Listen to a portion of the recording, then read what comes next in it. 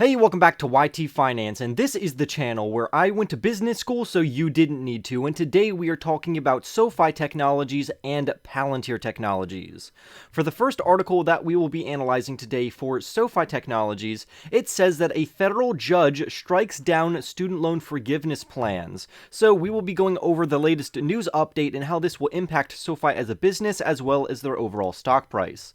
Then we're going to move on and talk about how Sofi has the potential to rally 132% in their stock price. I will be going over how likely this is to happen, or if this is just hype and fluff around the stock right now, where people and analysts are overhyping this particular company.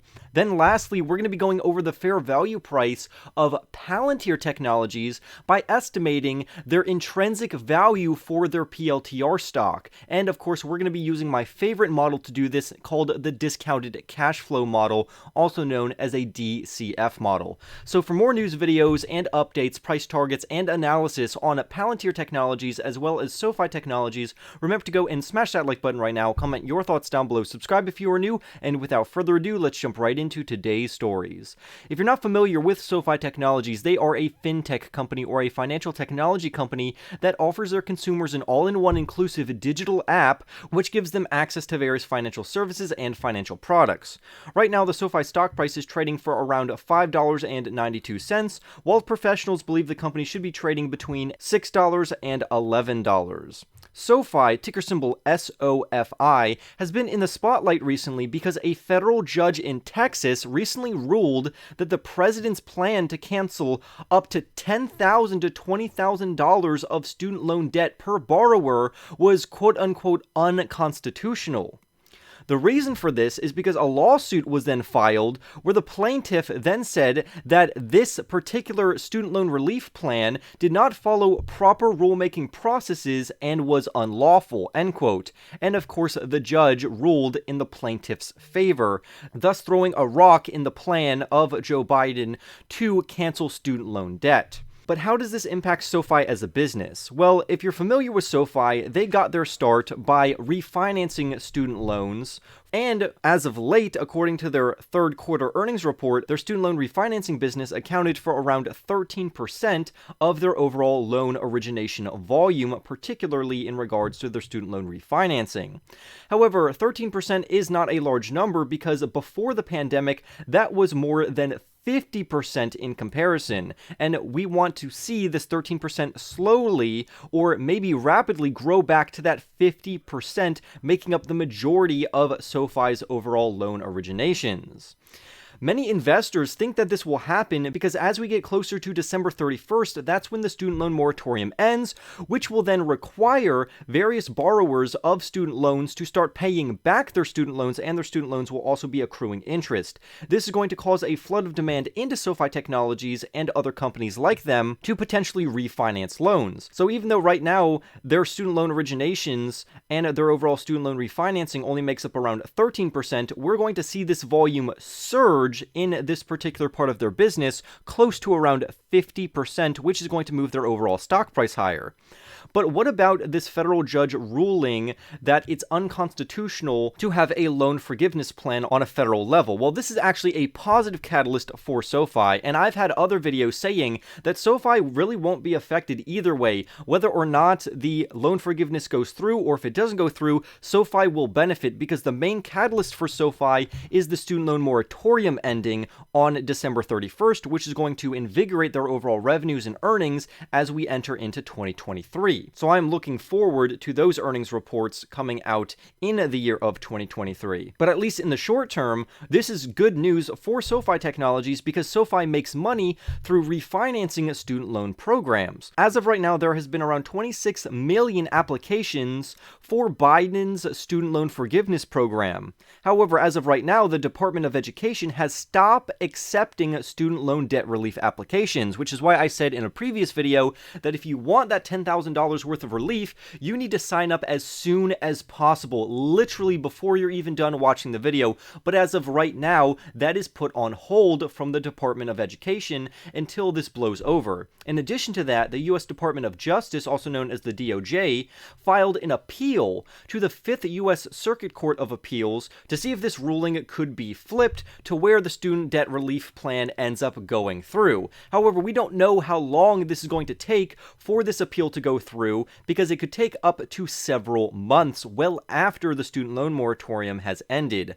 Meanwhile, the CEO of SoFi Technologies has stated repeatedly that he is actually for student loan forgiveness up to $10,000, which again takes the moral high ground in SoFi's favor, thus making SoFi a very good investment overall, because regardless of if the student loan forgiveness goes through or if they don't go through, SoFi wins either way. In one way, they win because they get good PR and social media coverage from a lot of different news outlets, with the CEO saying, yes, forgive $10,000 to these student loan borrowers. And if it doesn't end up going through, then SoFi ends up making more money, because that's $10,000 more for all of these applicants that they will need to be refinanced. So either way, I think this is good news for SoFi Technologies. But what do we think about the SoFi stock price potentially rallying and surging 132% according to stock price targets? Well, as of the last 4 weeks, the SoFi stock price has gained around 5%, coming in at 4.9% in their overall increase, with the last session closing at around $5.34. Now, if we look at price targets from Wall Street, we can see that the lowest estimate for their price target, according to Wall Street, implies 40.5% upside from the stock's current price, and then the most optimistic price target implies around 461.8% upside over the next year. Now, I personally would side more with the 40.5% upside potential in this company over the next 12 months, because I do think that the upside potential of 461.8% is way too hyped. If you look at their overall numbers, their market cap, and what they're bringing in terms of earnings and revenues, that is just not plausible as of right now, particularly because the business is not profitable. They are intended and projected to become profitable according to analysts' forecasts at the end of 2024, but until then, I don't expect a huge surge by hundreds of percentage points until they actually reach profitability, which is why currently I think that the stock price could grow by around 40.5% over the next 12 months,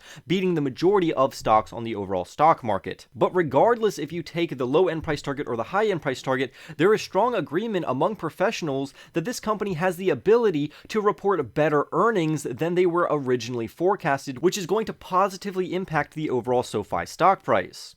There has been increasing optimism lately among professionals in regards to the forecasts of SoFi's revenue and EPS, also known as their earnings per share, because recently the company has revised their overall estimates for their EPS and revenues, and they have increased them thanks to the ending of the student loan moratorium. Again, 2023 looks like it's going to be a great year for SoFi Technologies after the second quarter. And this is why many investors are anticipating upside in the overall stock price, at least in the short term, over the next 12 months. On top of that, various institutions have buy ratings on SoFi Technologies, particularly Zacks Rank has a buy rating on SoFi Technologies, which means that SoFi, according to them, fits into their top 20% of the more than 4,000 stocks that the company covers due to these revised earning estimates. So overall, this is a good news update for SoFi Technologies. We can see the stock price potentially surge anywhere from 40% all the way up to 132% over the next 12 months, and overall, this looks like a good company to own. If you all know me, I have around a 4% portfolio allocation to this company. I think it's a great company, but I want to practice proper risk management by not over allocating myself to a single risky growth company that may or may not work out in the future. But with that being said, let's move on to another singular risky growth company such as Palantir Technologies, ticker symbol PLTR. Right now, Palantir trades for $8.11, while their overall estimates for price targets that professionals have forecasted range between $5 and $15. Now, this is very interesting because originally they were supposed to achieve anywhere between $6 and $20. However, analysts have moved down their price targets for both their low-end and high-end estimates from $6 down to $5 and from $20 down to $15, which is not good for the stock. This is why I think Palantir in the short term will most likely continuously drop in price until it reaches a bottom. So what does this mean for the overall share price of Palantir Technologies? Are they undervalued according to their intrinsic estimates? Well, let's take a look. Like I said earlier, we're going to be using the discounted cash flow model to determine what Palantir should be trading at right now. If you want to see the math, I won't really go into it because a lot of people get bored when I go into the really nerdy math stuff that I learned in a finance class at the business school I attended, so I will just show the math right here on screen. And essentially what we're doing is we're assuming that a dollar today is more valuable than a dollar in the future, and this is due to inflation. So then we discount the value of these future cash flows to today's dollars. And we do that with various assumptions, and then once we have the present value of a 10-year cash flow, also known as a PVCF, which is around 9.2 billion US dollars, we then have to calculate the terminal value and the present value of terminal value. Again, if you want to look at the math, it's here on screen with its attached assumptions. But you don't have to know what any of this means because I will tell you what this alludes to in the fact of the overall stock price. So once we have our math done and our metrics, we can use the total value and the sum of the cash flows over the next 10 years plus the discounted terminal value, which results in the total equity value of the company, which in this case would be $29 billion. So now that we have a market cap, we have to then divide this number by the total outstanding shares to convert this to a per share estimate of what the current value should be, and that would equate to a fair value price of $13.98. According to our assumptions, which means that the current stock price is trading at around a 45% discount from what it should be trading at based upon our assumptions. But again, because we do add assumptions to this, you need to take this with a grain of salt, and I personally would average these two things out, and I think Palantir most likely could be worth around $10 if we're looking a decade out, because we are putting in assumptions. This company is extremely risky, and we also need to be very aware of their future earnings, because over the last few months, we can see from their earnings reports that their overall CAGR, which is how they're scaling their overall revenue on an annual basis, has fallen from 30%, then it dropped to 25%, and then it dropped again to 22%.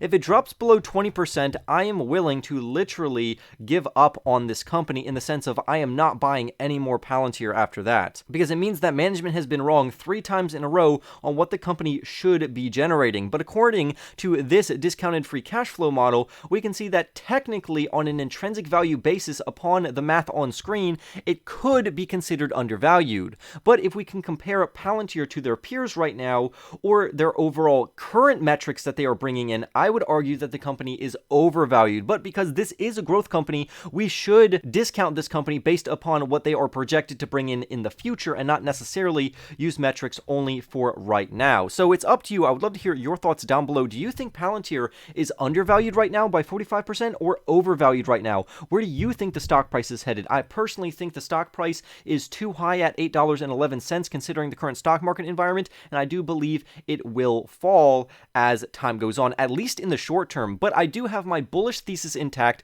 to where the long term, which is 5 to 10 years or even more, I think this company could be a good company to hold on to. But again, I would love to hear your thoughts about Palantir and Sofi Technologies. Go and smash that like button for more news updates on these companies. Subscribe if you are new, and I'll see you in the next YT video.